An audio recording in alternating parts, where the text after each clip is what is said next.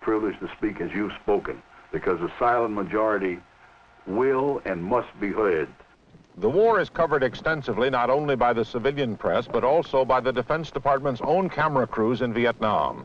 Their product is distributed to American TV stations and networks.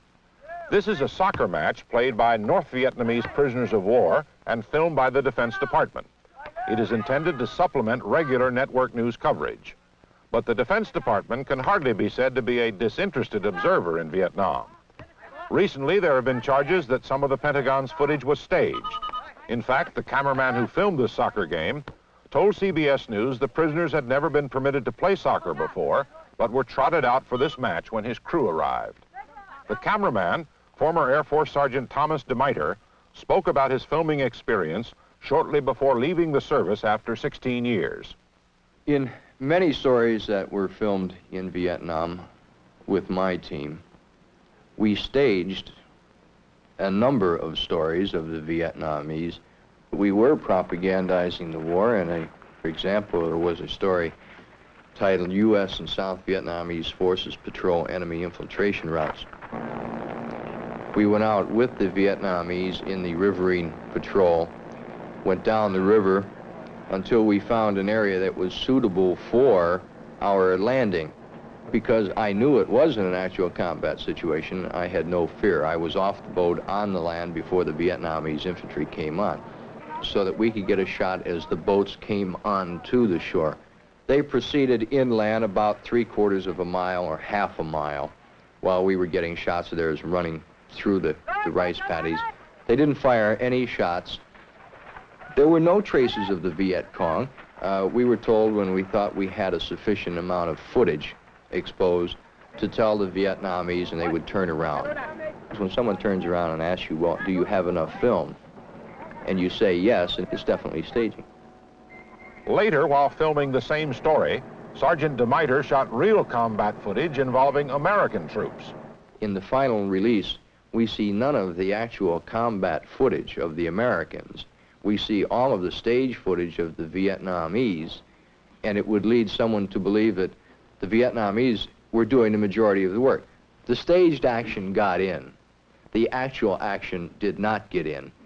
We're trying our best to provide information. There undoubtedly have been times when certain actions have been staged. I think this is true of all TV news coverage. After all, this interview here is being staged.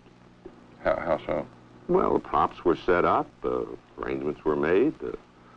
You and I just did not just walk into this room cold. Arrangements were made for it. Well, we wanted to film in your office, but your people said, let's go in the studio. No. So we didn't stage it. We are conducting limited duration protective reaction airstrikes. Defense Department information machinery is well established in Vietnam, where a special language has developed that takes some time to learn. Protective reaction means the United States resumed the bombing of North Vietnam. Selective ordnance means napalm. Defoliation means nothing will grow there anymore. A civilian irregular defense group volunteer is a mercenary. Population resettlement means getting villagers out of their villages. And Military Assistance Command daily press briefing means this scene right here, which is popularly known among newsmen in Saigon as the 5 o'clock follies. The most popular phrase at these sessions, however, needs no explanation. No comment, nothing further to say. Maybe you can answer my question. I have nothing further to add to the statement that's been read. I repeat, I have no comment. Why can't you comment? Often, the press is an unwitting partner in its own deception. Former Information Officer Talbert once took great pride in utilizing the media. He's not so proud of the record anymore. A network was coming over to cover and do a documentary on the air war over North Vietnam. They were going to film it out of Da Nang, where I was the information officer. So in preparing for them, we tried to pick out the most articulate, the best looking pilots that we could to be able to describe through their eyes what the air war was all about. We briefed the pilots so that they would understand that we were trying to present our views in a one-voice concept. We didn't want divergent views coming from a variety of the different pilots that might raise questions concerning whether they understood or whether they were satisfied with the way the air war in the North was being fought. And the cast of characters that you made available to those network men was such that they never heard any dissension or criticism about the bombing mission. No, never. Being an insider, knowing fully what was going on, if I was absolutely candid with them and opened all of our closets to them, yes, they would have come out with a lot more balanced report. I could have helped them do that. What was the result of that network team's journalistic efforts? Frankly, it was just great. It represented the pilots. It represented the way we conceived that the air war in the North was being fought by very professional people, and it was as good as if we had done it ourselves. Well, now, I'm duty-bound to ask. I've got to ask you, of course, which network it was. Will you tell me? Yes, I will. Which one was it? It was CBS.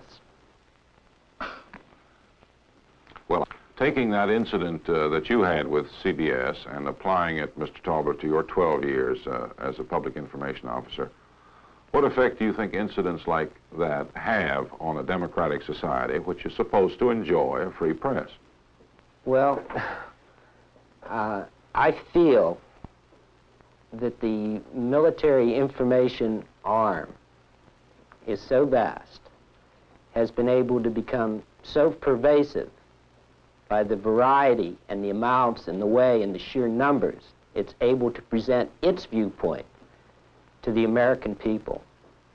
I think that this attitude that it was able to develop allowed Vietnam to happen. Had we not been able to convince the American people prior to Vietnam that a military solution was a correct solution, without a doubt, and not to be questioned, that we couldn't have had a Vietnam. I feel that if we allow this pervasiveness to continue, that frankly, it could lead us to another Vietnam. We have reported tonight only a fraction of the total public relations apparatus belonging to the Pentagon and supported by taxpayers.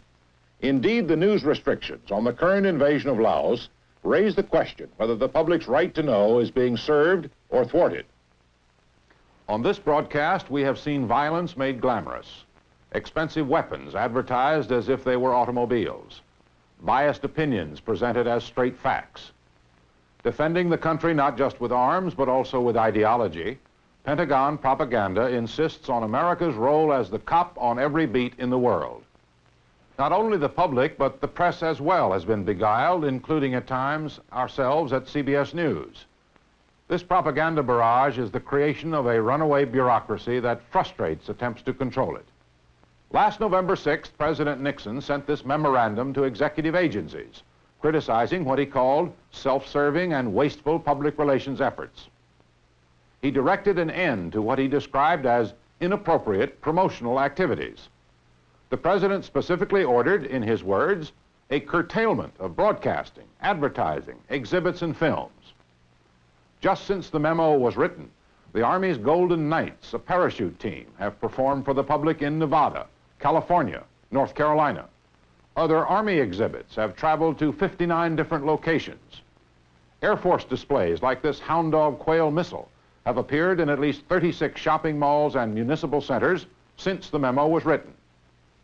We went back to the Pentagon and asked what effect the presidential directive would have. We were told there will be cuts in personnel, not activities. There may be some disagreement, of course, over just what constitutes an inappropriate promotional activity, but to date, not a single activity shown on this broadcast has been eliminated. Tomorrow morning, according to Defense Department schedules, there will be an Army show pushing the ABM in Mountain View, California. An Air Force missile will turn up in Houston on Friday. The Pentagon's traveling colonels will be in Hampton, Virginia, March 8th. And next week, 5th graders at the Hill Elementary School in Davison, Michigan, will get to see the Navy's propaganda film on Vietnam. This is Roger Mudd for CBS Reports.